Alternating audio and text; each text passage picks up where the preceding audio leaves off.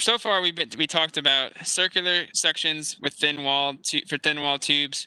We talked about non-circular sections for thin walled tubes and how we can calculate the shear stress and the angle of twist for those sections. So we can use the we can use the concept of shear flow now to determine the angle of twist and the shear stress within a multi-walled section, right? So, so,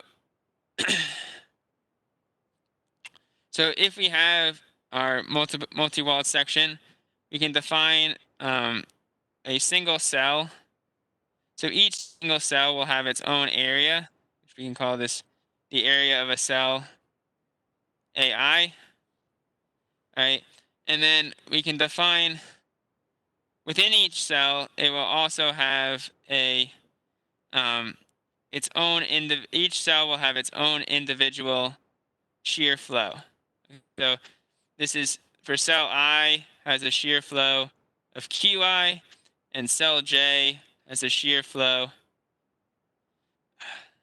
of QJ.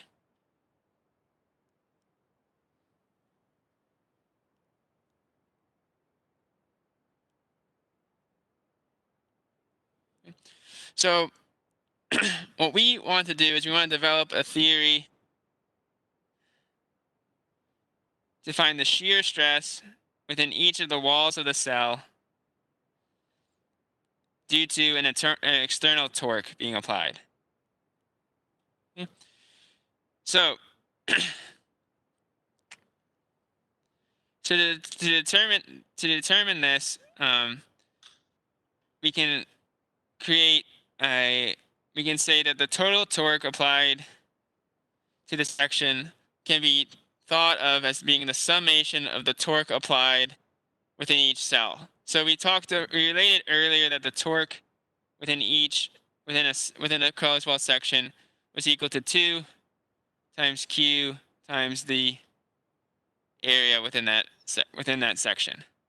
So the total torque would have to be, in this case, would have to be equal to the sum of all the individual shear flows within each cell times the area within each of the individual cells.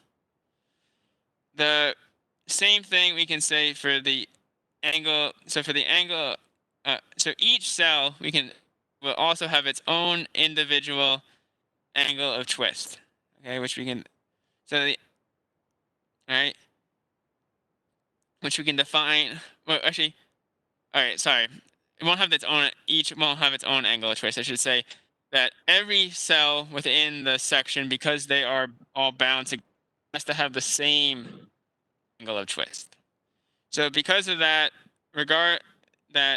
basically the right-hand side of this equation is a constant for every cell in the system. Okay, so what we develop here is we have one equation due to the total applied torque.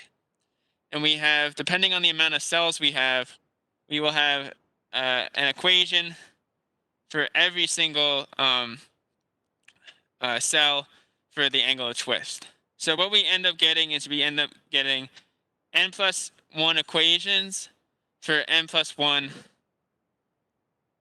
unknowns, okay? Where our unknowns are the shear flow in each of the sections of our section and the angle of twist in our section. All right. So once we know,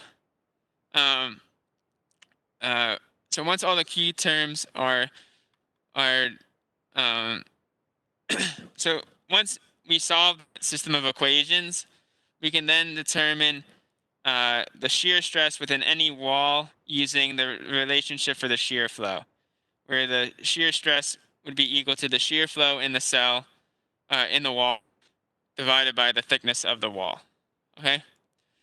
The one new thing that changes in this example that's a little different is that when you're calculating the shear stress within a wall, you have to take into account the shear flow in the surrounding cells. So what this means is if we looked at our two cells here, Qi and Qj,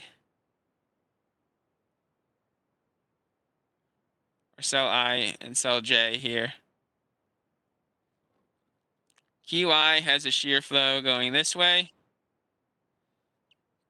and Qj has a shear flow going this way. All right. So the net, if we look at the shared wall here,